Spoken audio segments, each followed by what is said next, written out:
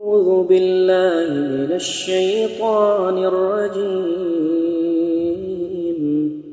بسم الله الرحمن الرحيم. تبارك الذي بيده الملك وهو على كل شيء قدير، الذي خلق الموت والحياة ليبلوكم أيكم أحسن عملا، وهو العزيز الغفور. الذي خلق 7 سماوات طباقا، ما ترى في خلق الرحمن من تفاوت، فارجع البصر هل ترى من فطور، ثم ارجع البصر كرتين ينقلب إليك البصر خاسئا وهو حسير. ولقد زينا السماء الدنيا بمصابيح وجعلناها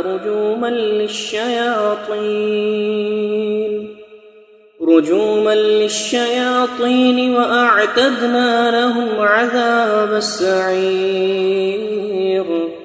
وللذين كفروا بربهم عذاب جهنم وبئس المصير. إذا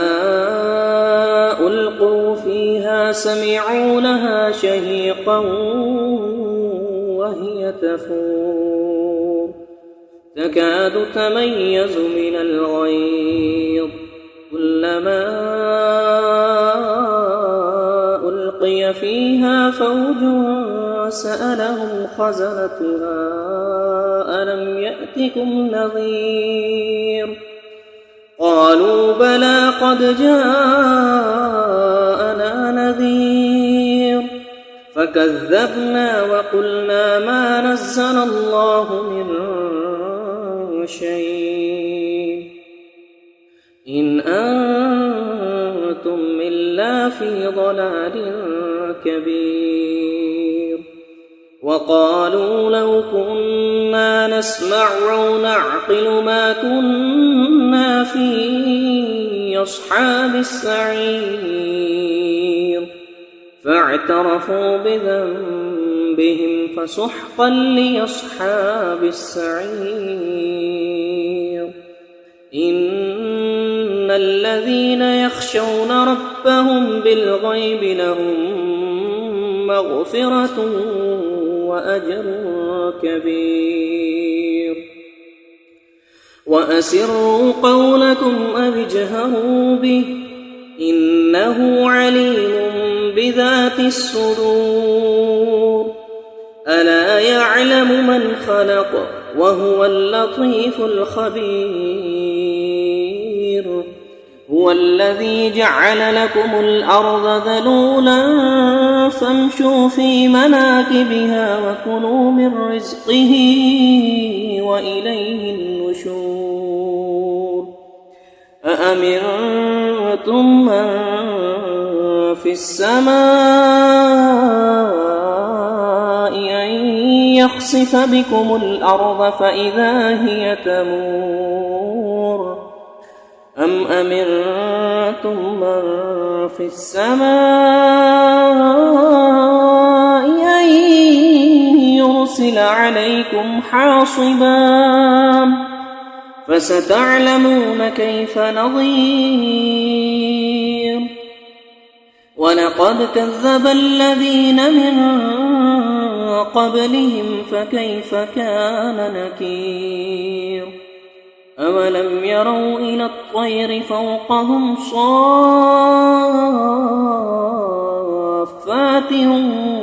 ويقبض ما يمسكهن إلا الرحمن إنه بكل شيء بصير. أم أمن هذا الذي هو جند لكم ينصركم من دون الرحمن إن الكافرون إلا في غرور أمن هذا الذي يرزقكم إن أمسك رزقه بل لجوا في عتو ونفور أفمن يمشي مكبا على وجهه أهدى أمن يمشي سويا على صراط مستقيم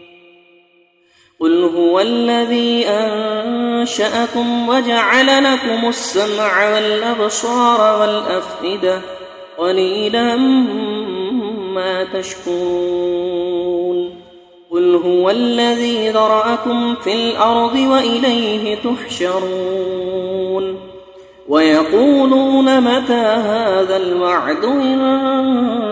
كنتم صادقين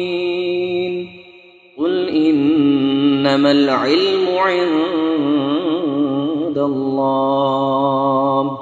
وإنما أنا نذير مبين فلما رأوه زلفة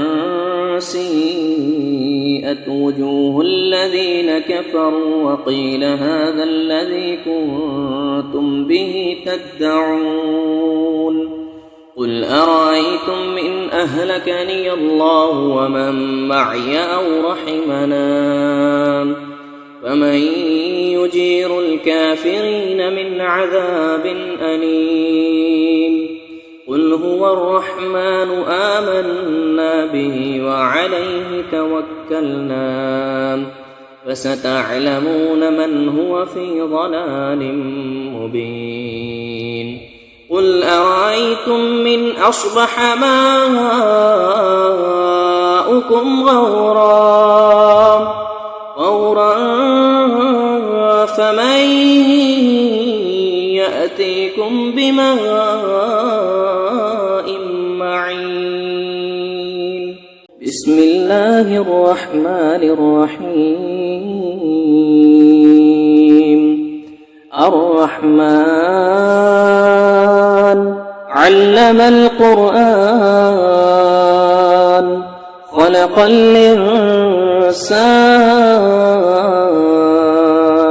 علمه البيان الشمس والقمر بحسبان والنجم والشجر يسجدان والسماء رفعها ووضع الميزان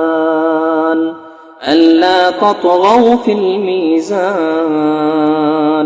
وأقيموا الوزن بالقسط ولا تخسروا الميزان والأرض وضعها للأنام فيها فاكهة والنخل ذات الأكمام والحب ذو العصف والريحان فبأي آلاء ربكما تكذبان خلق الإنسان من صلصال كالفخار وخلق الجان من مارج من نار فبأي آلاء ربكما تكذبان رب المشرقين ورب المغربين فبأي آلاء ربكما تكذبان مرج البحرين يلتقيان بينهما برزخ لا يبغيان فبأي آلاء ربكما تكذبان يخرج منهما اللؤلؤ والمرجان فبأي آلاء ربكما تكذبان وله الجوار المنشآت في البحر كالأعلام فبأي آلاء ربكما تكذبان كل من عليها فان ويبقى وجه ربك ذو الجلال والإكرام فبأي آلاء ربكما تكذبان يسأله من في السماوات والأرض كل يوم هو في شأن فبأي آلاء ربكما تكذبان سنفرغ لكم أيها الثقلان فبأي آلاء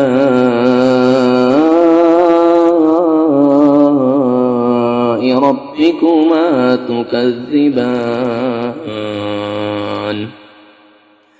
يا معشر الجن والإنس إن استطعتم أن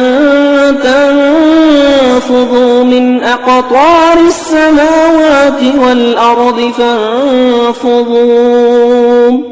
لا تنفذون إلا بسلطان فبأي آلاء ربكما تكذبان يرسل عليكما شواظ من نار ونحاس فلا تنتصران فبأي آلاء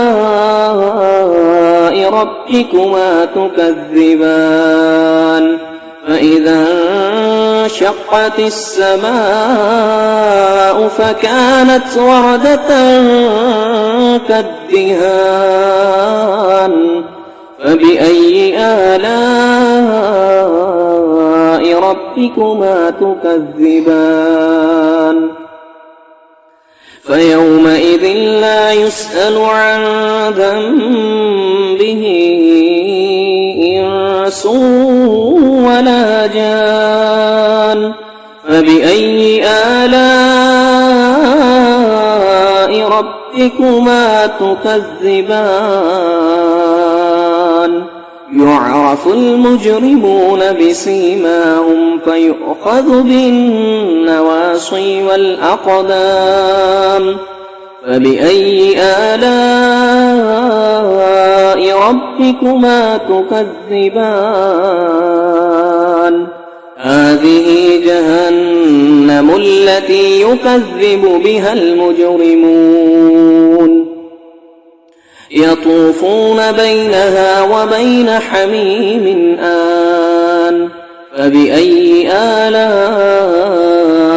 ربكما تكذبان ولمن خاف مقام ربه جنتان فبأي آلاء ربكما تكذبان ذواتا أفنان فبأي آلاء ربكما تكذبان فيهما عينان تجريان فبأي آلاء ربكما تكذبان فيهما من كل فاكهة زوجان فبأي آلاء ربكما تكذبان متكئين على فرش بطائنها من استبرق وجنى الجنتين دان فبأي آلاء ربكما تكذبان فيهن قاصرات الطرف لم يطمثهن إنس قبلهم ولا جان فبأي آلاء ربكما تكذبان كأنهن الياقوت والمرجان فبأي آلاء ربكما تكذبان هل جزاء الإحسان إلا الإحسان فبأي آلاء ربكما تكذبان ومن دونهما جنتان فبأي آلاء ربكما تكذبان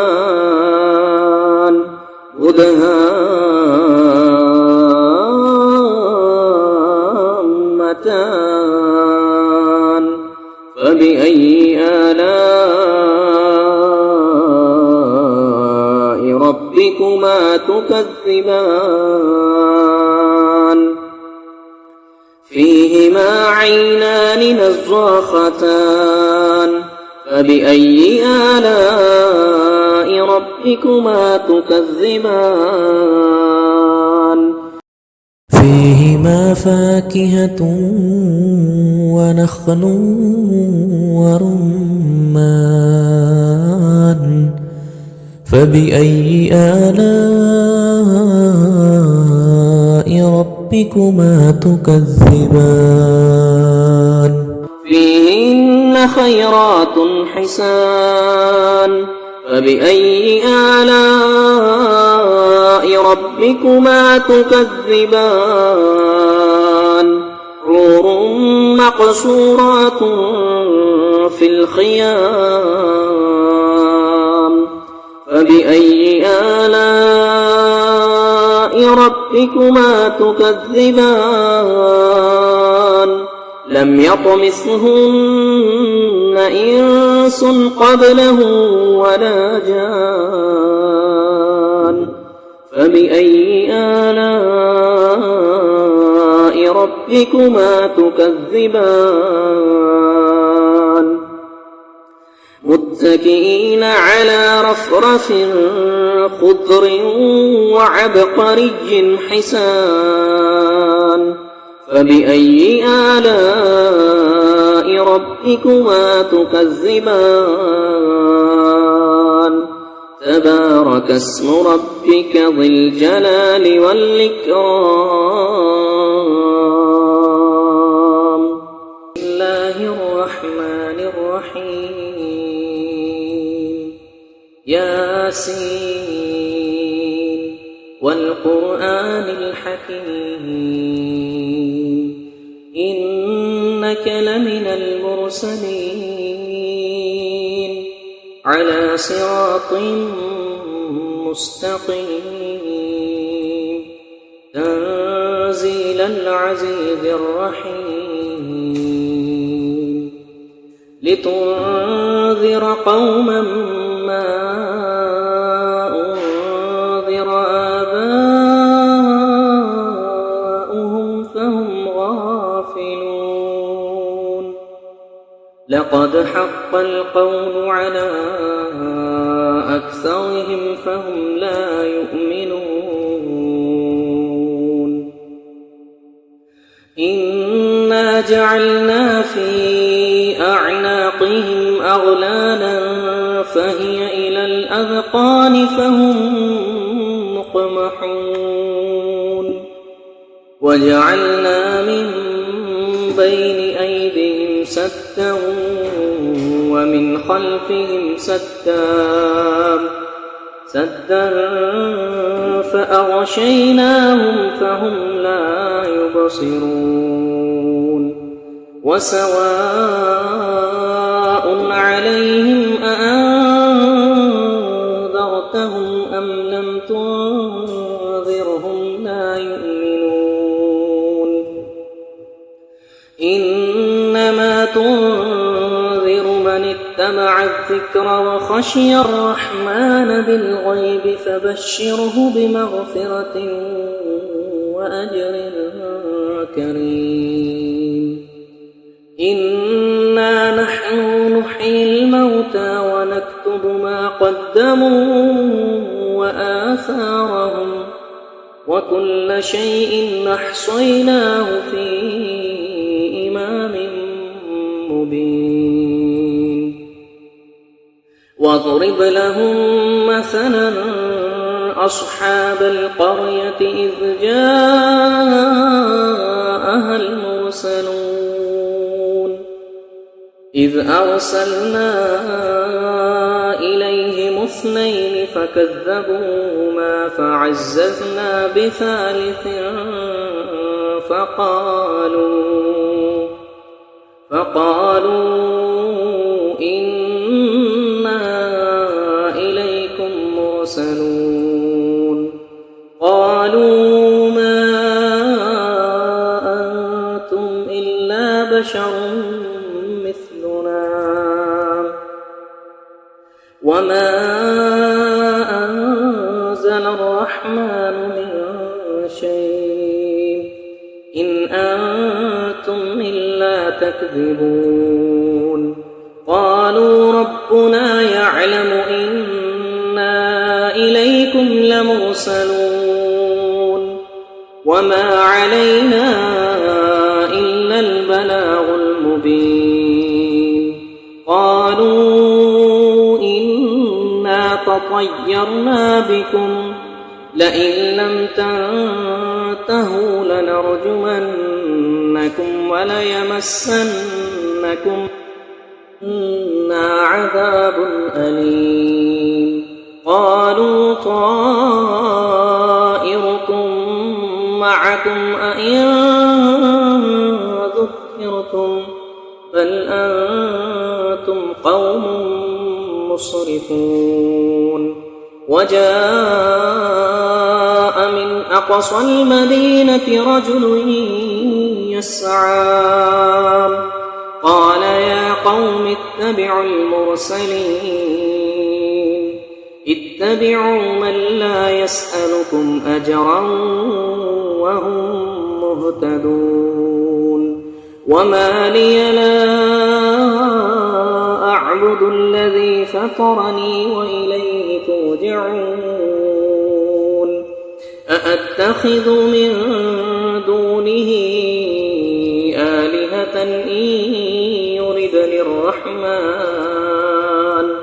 إن يردني الرحمن بضر لا تغني عني شفاعتهم شيئا ولا ينقذون إني إذا لفي ضلال مبين إني آمنت بربكم فاسمعون قيل ادخل الجنة قال يا ليت قومي يعلمون بما غفر لي ربي وجعلني من المكرمين وما أنزلنا على قومه من بعده من جند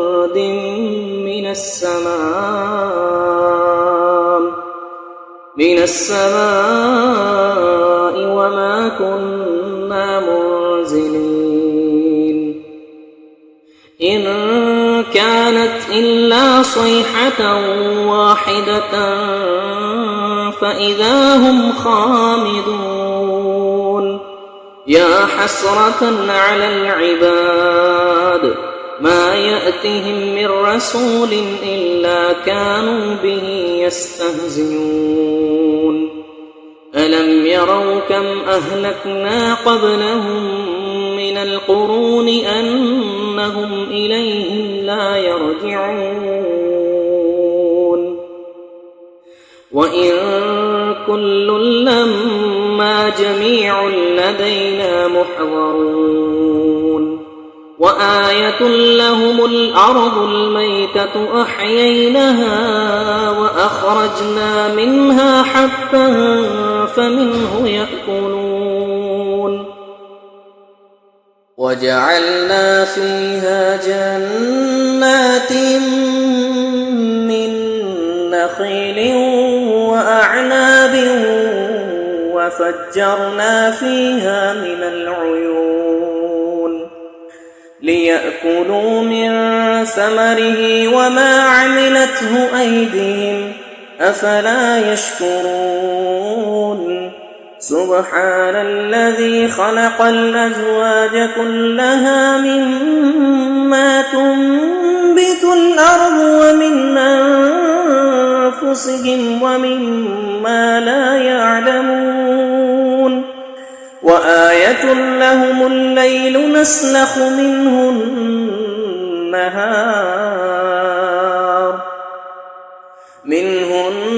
النهار فإذا هم مظلمون والشمس تجري لمستقر لها ذلك تقدير العزيز العليم والقمر قدرناه منازل حتى عاد كالعرجون القديم لا الشمس ينبغي لها أن تدرك القمر ولا الليل سابق النهار وكل في فلك يسبحون وآية لهم أنا حملنا ذريتهم في الفلك المشحون وخلقنا لهم من مثله ما يركبون وإن نشأ نغرقهم فلا صريخ لهم ولا هم ينقذون إلا رحمة منا ومتاعا إلى حين وإذا قيل لهم اتقوا ما بين أيديكم وما خلفكم لعلكم ترحمون وما تأتهم من آية من آيات ربهم إلا كانوا عنها معرضين وإذا قيل لهم أنفقوا مما رزقكم الله قال الذين كفروا للذين آمنوا أنطعم من لو يشاء الله أطعمه إن أنتم إلا في ضلال مبين ويقولون متى هذا الوعد إن كنتم صادقين ما ينظرون إلا صيحة واحدة تأخذهم وهم يخصمون فلا يستطيعون توصية ولا إلى أهلهم يرجعون ونفخ في الصور فإذا هم من الأجداث إلى ربهم ينسلون قالوا يا ويلنا من بعثنا من مرقدنا هذا ما وعد الرحمن وصدق المرسلون إن كانت إلا صيحة واحدة فإذا هم جميع لدينا محضرون فاليوم لا تظلم نفس شيئا ولا تجزون إلا ما كنتم تعملون إن أصحاب الجنة اليوم في شغل فاكهون هم وأزواجهم في ظلال على الأرائك متكئون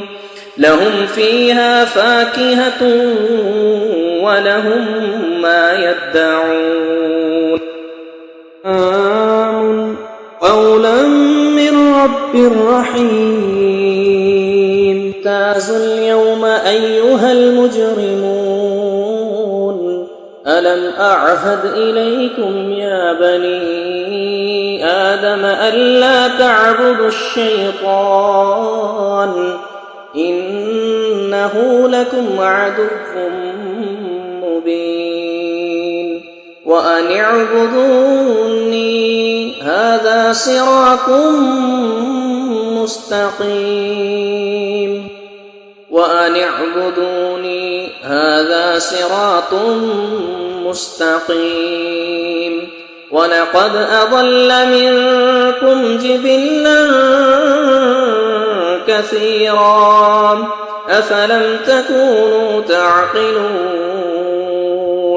هذه جهنم التي كنتم توعدون اصلوها اليوم بما كنتم تكفرون اليوم نختم على أفواههم وتكلمنا أيديهم وتشهد أرجلهم بما كانوا يكسبون ولو نشاء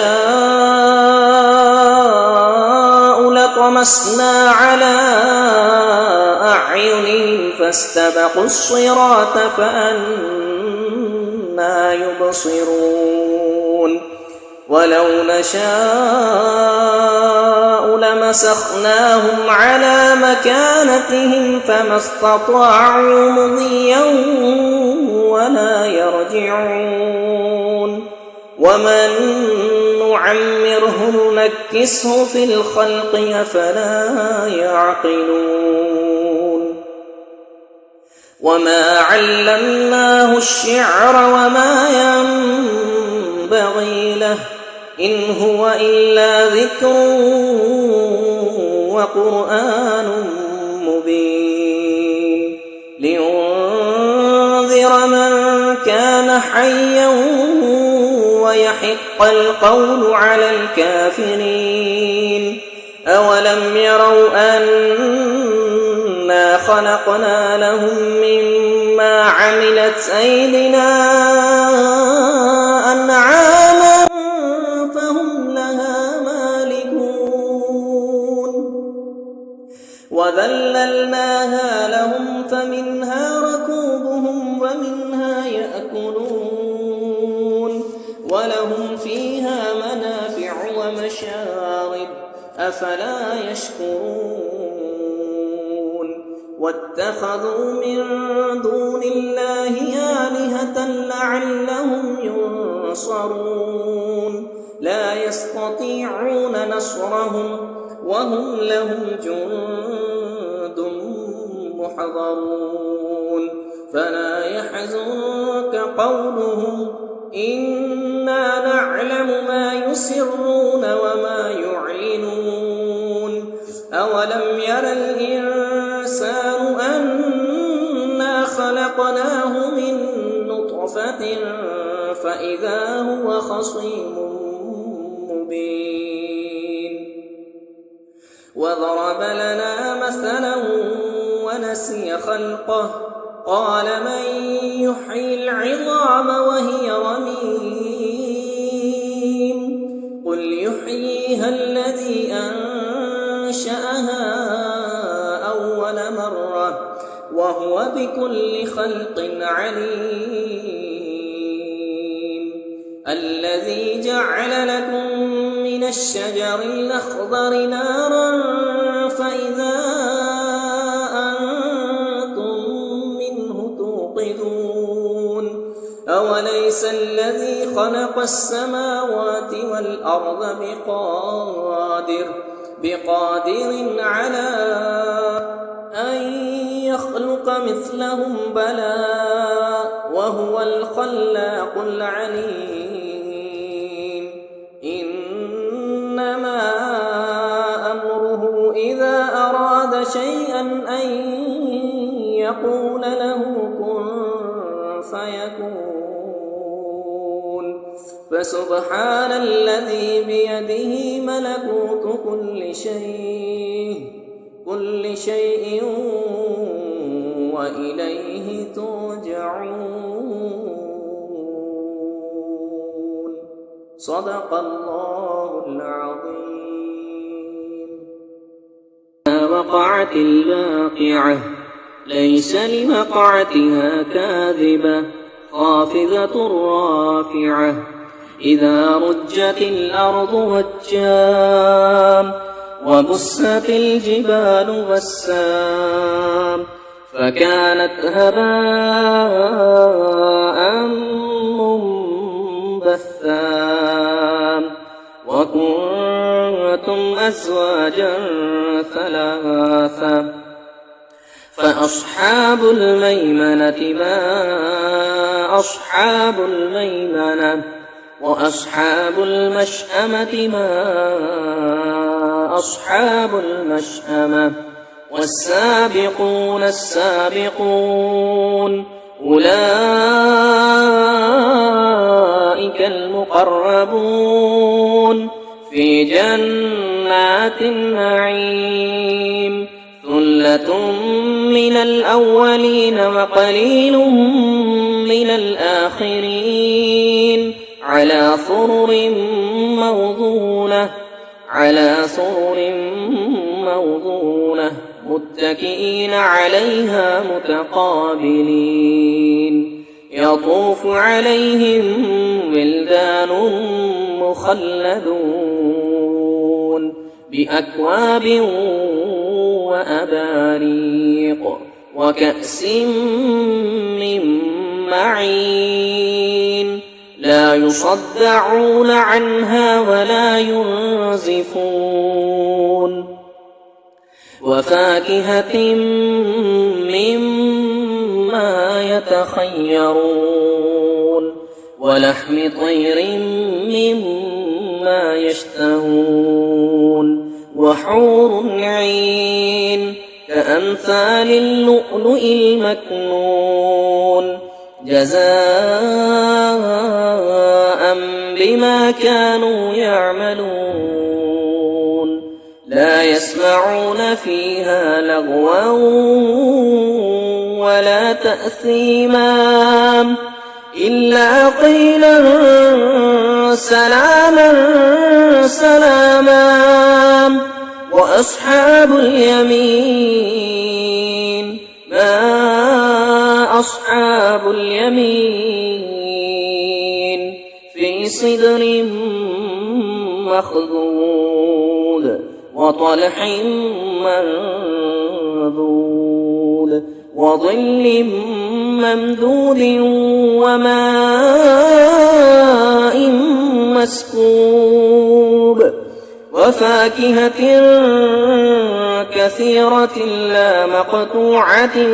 ولا ممنوعة وفرش مرفوعة إنا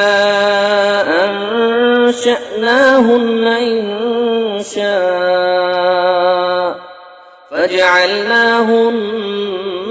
أبكارا عربا أترابا لأصحاب اليمين ثلة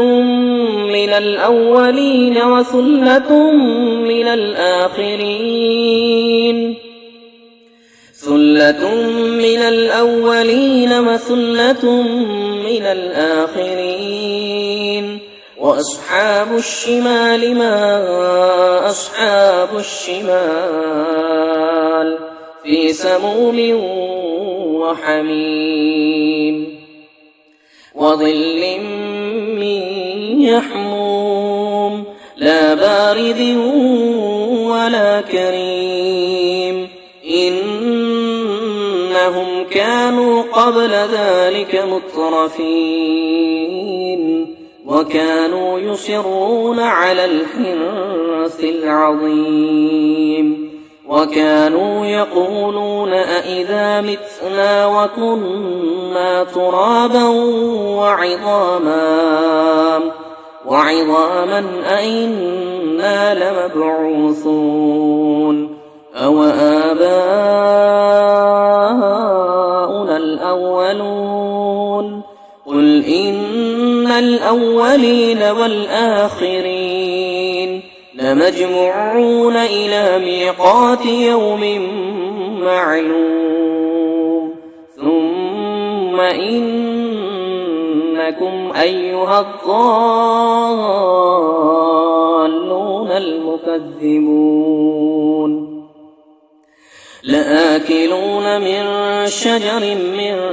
زقوم فمالئون منها البطون فشاربون عليه من الحميم فشاربون شرب الهيم هذا نزلهم يوم الدين نحن خلقناكم فلولا تصدقون أفرأيتم ما تمنون أأنتم تخلقونه أم نحن الخالقون نحن قدرنا بينكم الموت وما نحن بمسبوقين على أن نبدل أمثالكم وننشئكم فيما لا تعلمون ولقد علمتم النشأة الأولى فلولا تذكرون أفرأيتم ما تحرثون أأنتم تزرعونه أم نحن الزارعون لو نشاء لجعلناه حطاما فظلتم تفكهون إنا لمغرمون بل نحن محرومون أفرأيتم الماء الذي تشربون أأنتم أنزلتموه من المزن أم نحن المنزلون لو نشاء جعلناه أجاجا فلولا تشكرون أفرأيتم النار التي تؤمنون أأنتم أنشأتم شجرتها أم نحن المنشئون نحن جعلناها تذكرة ومتاعا للمقوين فسبح باسم ربك العظيم فلا أقسم بمواقع النجوم وإنه لقسم لو تعلمون عظيم وإنه لقرآن كريم في كتاب مكنون لا يمسه إلا المطهرون تنزيل من رب العالمين أفبهذا الحديث أنتم مدهنون وتجعلون رزقكم أنكم تكذبون فلولا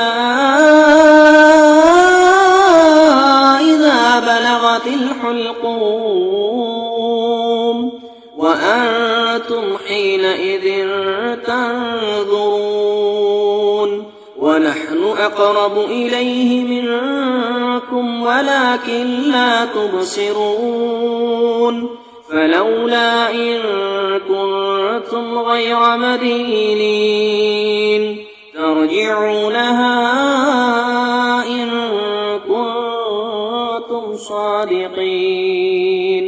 فأما إن كان من المقربين فروح وريحان وجنة نعيم وأما إن كان من أصحاب اليمين فسلام لك من أصحاب اليمين وأما إن كان من المكذبين الضالين فنزل من حميم وتصلية جحيم إن هذا لهو حق اليقين فسبح باسم ربك العظيم